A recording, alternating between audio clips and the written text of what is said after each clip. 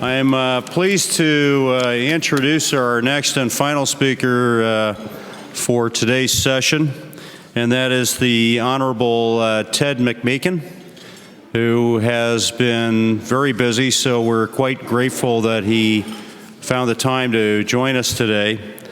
Of course, with the release of the Crombie report, there was some discussion about that this morning, and mid-rise timber frame, of course, as you will recall, the government did approve that, and there's been quite a bit of work happening there. The minister is very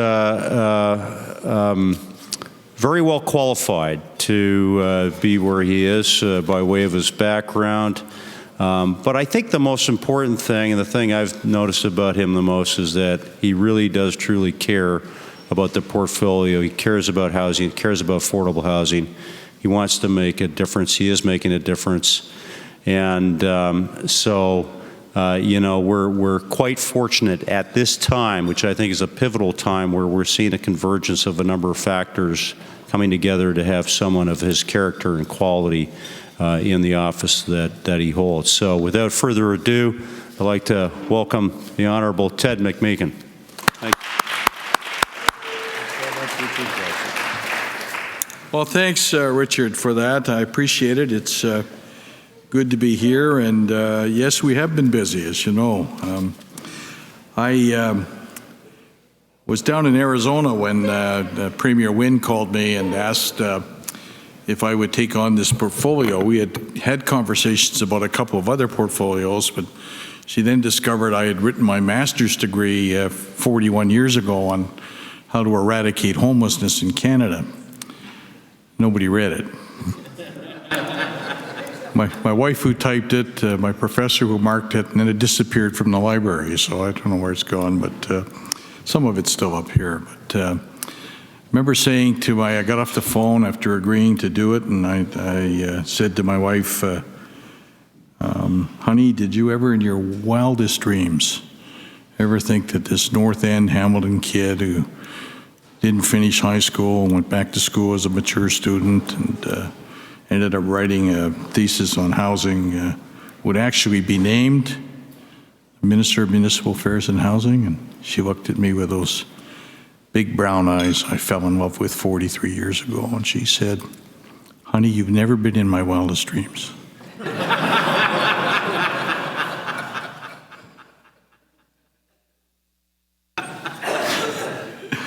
You could use that, eh? Yeah. Anyhow, seriously, I'm pleased to be here. I really am, and I appreciate the strong relationship we have with Rescon, have had over many years. You're the people on the ground building our houses and helping to create our homes and our communities. Now, Aristotle once said, if you want to know if the shoe fits, he actually said, if you want to know if the sandal fits, you have to ask the person that wears it, not the person who made it, right? And I always I'm aware of that, particularly when I'm talking to private sector people. You know, sometimes people look to government and say, what are you going to do to help solve the problem? You know, and so you're asking me, private sector? You know, it's, anyhow, housing isn't the problem, it's the answer. People deserve to be adequately housed right through the continuum, right from, hi Peter, my colleague Peter Milchin's here. Hi Peter, right from the continuum of homelessness, which we're pledged to eradicate. Premier said, in your spare time, why don't you eradicate homelessness, Ted, right? And Peter's going to help me do that. And then right through at the pipeline to that, to social housing, to affordable housing, to other housing options. And, you know, we need to come at it holistically, a whole of government approach, not government in the whole, but a whole of government approach, right? And when I was Minister of Agriculture, Food and Rural Affairs, the big concern there was red tape. You don't have any concerns about red tape, do you?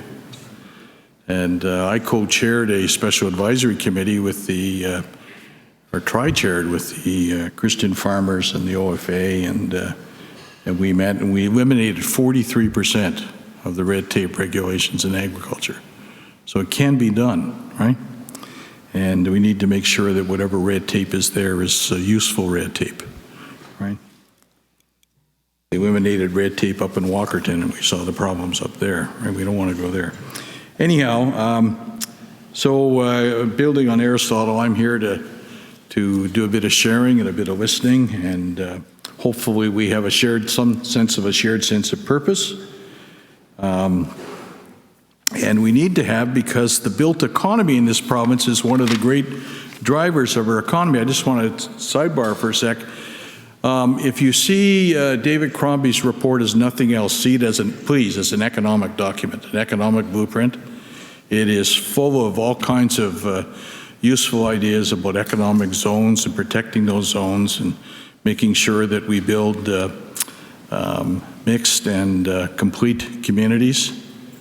Those who see it just as a kind of, actually, it doesn't talk all that much about the Greenbelt. It talks a lot about other things. We'll get around to the Greenbelt, I suspect, in Q&As perhaps. But so my job as Minister of Municipal Affairs and Housing involves a lot of complex policies that guide growth in Ontario. And I've said this before, maybe some of you heard me speak on this. I see it as a big jigsaw puzzle. You know, when my kids were younger, we used to do these 10,000-piece summer jigsaw puzzles on the kitchen table. And we'd start with the frame, you know, put the frame up because that's easier. In a sense, that's what the provincial government does through its provincial policy statement and things like the Greenbelt and the Oak Ridges Moraine and Niagara Escarpment and what have you. You define what's sacred and you try to get that sort of put out there first. Then you fill in the pieces. You know, you add a Bill 73, which Peter played an important role in. You look at doing a coordinated review. You develop a long-term housing strategy. You work with an expert panel on homelessness so that it's not seen in isolation. It has to be seen as part of that continuum to build complete communities. Now, the kids, what they would do is they would quietly take a couple pieces of the puzzle and they put them in their pocket, right? Frustrating as the dickens. You get the puzzle done except for 3 pieces, and they would all swear, you know, no, Daddy, I didn't. I have no idea. And suddenly the pieces would appear on the table magically, right? You get the puzzle done. So that was our family puzzle strategy. In a sense, planning's a bit like that these days, isn't it? You know, a lot of puzzle pieces you got to put together, and you got to talk to folk who are maybe holding on to some of pieces of the puzzle, and they're not going to readily provide them unless you can build that kind of relationship. So we've done the PPS, we've done Bill 73, which passed unanimously just last week, by the way. It is going to tighten things up and help municipalities and the building sector to move into a more stable kind of time. I think that's good. So inside the puzzle is all about how we direct growth, how we set priorities, how we work with municipalities, and how we work with stakeholders like you, how we make changes to the building code so that Minister Murray and his climate change passion is satisfied, right? If you can ever do that, right? And it's the Premier and Minister Murray are both in Paris right now, Peter, aren't they, doing that some good work on behalf of Ontarians. It's about building innovation like the mid-rise wood, which I understand you may have spoken about, and you've all played some role in that. It's about training and market housing affordability. It's about land supply. We've just completed or in the process of completing a land availability index that may allow partners to come together. And isn't it nice to have a federal partner finally? Feel a bit like I got my country back, right?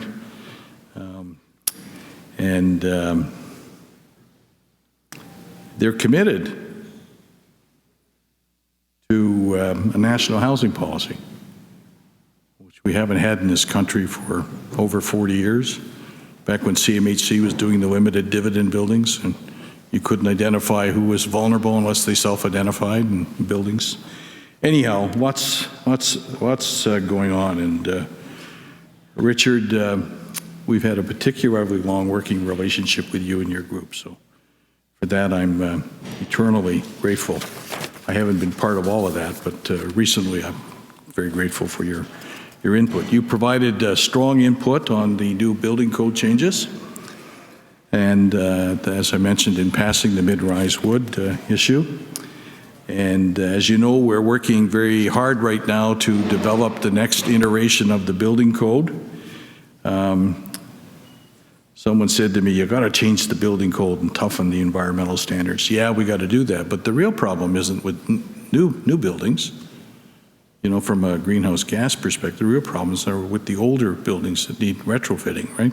That's a bigger challenge too, isn't it? Anyhow, it's both ends, so we'll get at that. I know everyone here is working to ensure that our province hopefully remains prosperous and that our communities stay vibrant and sustainable. And I look forward to reading your full report, research report. By the way, I like the idea of the index. I had a bit of a peek at that. I think that's a really good move. I think it'll be a helpful policy tool, and I know you're going to do a second stage of research, which I'm looking forward to having you undertake and hearing the results of that. So that's good. You got good information, guess what kinds of decisions you tend to make. You got crummy information, guess what kinds of decisions you tend to make, right? It isn't rocket science. As Minister Murray would say, I've taught rocket science. This isn't rocket science. Anyhow, so I appreciate all the work that's gone into that report, and it will help us, assuredly.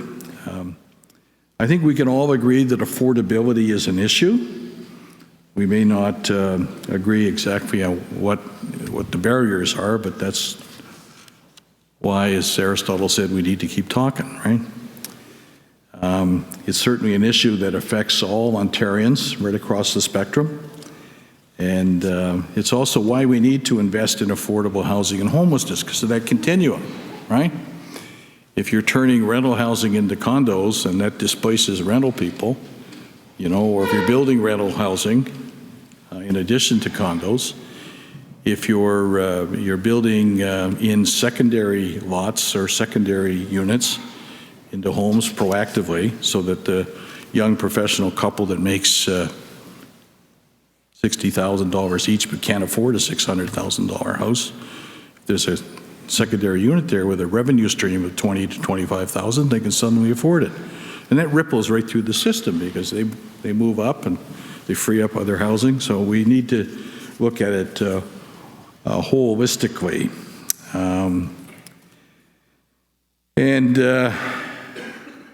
Nobody benefits from homelessness. I mean, what a waste of human potential to see people with, in many instances, mental health challenges and addiction challenges sleeping on the streets, right? It's, anyhow, we're going to work on that. We're going to do that. We're also updating our long-term affordable housing strategy. And I want to tell you, I thought I knew a lot about housing before I came into this ministry, but I had so much more to learn. And I think we have 13 pillars that we're co-op housing, private sector housing, incenting the private sector, working with other governments, groups like Habitat, creating the ability for municipal social housing corporations to leverage their assets, inclusive zoning. You know, there are all kinds of things that we're looking at that can really help us get at the full housing continuum. So we're doing that. My note here says market and pricing of housing is complex. And anybody not believe that's true, right? Almost redundant. A new Pembina study shows that 80% of GTA home buyers want homes in transit-accessible and walkable neighborhoods, whether that's in the city or in the suburbs. So we're going to, as part of some of the changes we're doing vis-a-vis Crombie and others, to require that building, increased density building, be done along transit lines, right? There'll be hard boundaries that will, coupled with some incentives for the private sector, right? Because you can't You can't just use sticks. Sticks just don't work anymore. Sticks and stones break our bones, right? But carrots help, right? They give us good eyesight for the future, right? So, you know that we launched that report, and we were blessed to have David Crombie and his crew do that. A great panel of people came together. It was released, seems like yesterday, Peter, yesterday or the day before, 2 days ago. Yeah. It's just a rat-a-tat-tat of stuff that we're doing, so I sometimes lose track, but they focused on investing in transit infrastructure, supporting agricultural investments and viability, growing the green belt, protecting the environment and natural heritage, creating jobs, and responding to climate change. Now, the OFA and the farmers started out being opposed to our adding anything to the green belt. Did you know that? 2 weeks ago, they published a report with the Environmental Defense League and the OFA saying we really got to preserve that green belt land, right? Particularly on the in the White Belt area, which has been seen by some as a development preserve. It's not, but it's been seen by some that way. I don't know if you know this or not, but the agri-food sector is the single largest economic producer in the province of Ontario, $37 billion to gross domestic product. So we talk about saving farmland and making farming viable. We're talking economics as well as food sovereignty. With climate change, the UN's been warning us for 25 plus years to make sure you can grow your own food, because we're not going to be able to rely on those markets. You want to rely on California with the drought they've had down there for whatever we get? Strawberries are awful from California anyways, aren't they, to be honest? So we're going to be working at that.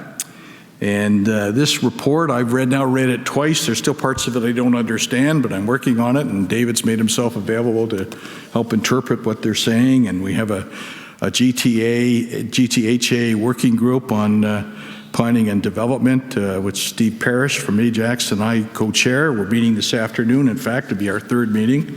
It's part of the GTHA mayors and chairs, a group that the Premier and I have called together now twice.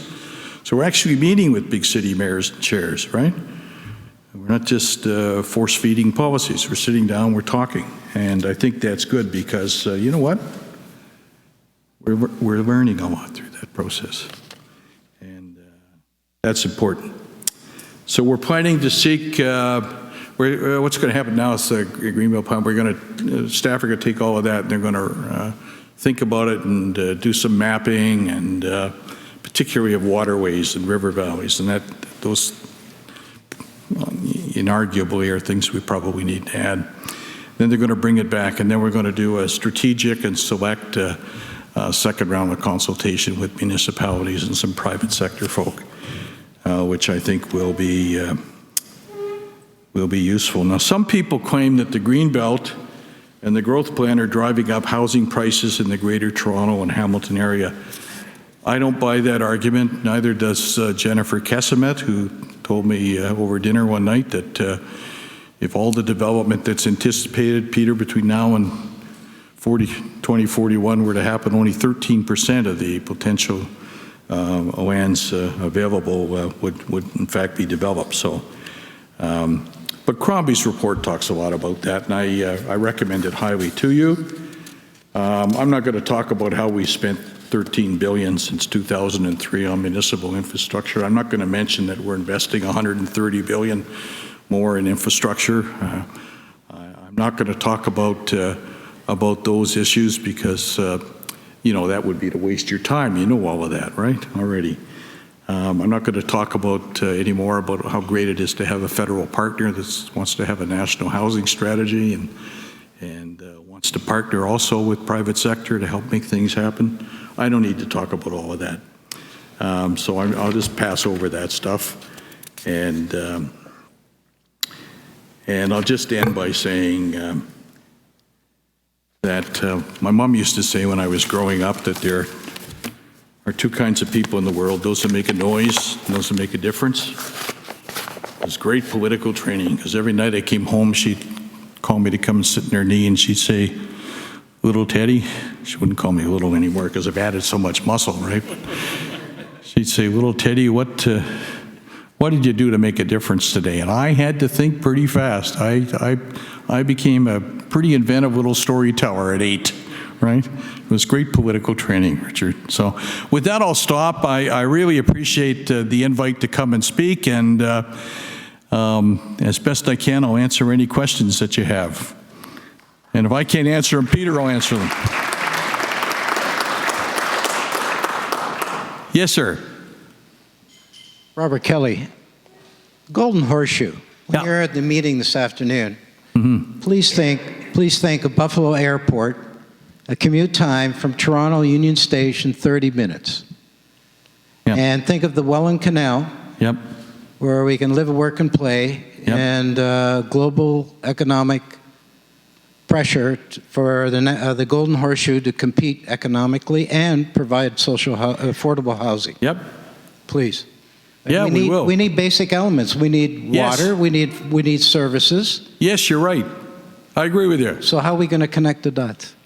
Well, read the report. It's a good start. As a former Minister of Agriculture, Food, and Rural Affairs, let me say this, and Glenn Murray would be upset hearing me say this, but as climate change occurs, there's every likelihood that we'll have a longer growing season in Canada. We have great soil, we have wonderful expertise, we own or control 1/3 of the world's fresh water, right? There's no reason in the world why we can't properly steward it, be the world's breadbasket, right? Agriculture is critically important, particularly around near cities, near urban. And so we got to make sure all of that works, and that when agriculture benefits, we all benefit. When the development sector benefits, agriculture benefits. I say to my farmer friends, farmers feed cities, but you know what? They need cities too, and the market's in cities, and never forget that, right? So we need to find some creative entrepreneurial ways to stand strong and steady with everybody. Yes, ma'am. We're about to spend perhaps $20 billion in transit in Ontario, Right. if Metrolinx has their way. Yep. And we have significant problems. 34.5 billion, by the way, but I that's okay. apologize. That's okay. 34.5 billion. Yep. I thought part of that was already funded. Okay, whatever. And we have some significant problems with opening up those lands adjacent to the transit lines to be developed, because of red tape processes, permitting process, and that kind of thing. Would you support making transit funding contingent on more progressive zoning along the transit lines? Absolutely. That's my intent, and yeah, that's going to happen, or I'll be looking for a new job. Perfect. Thank you.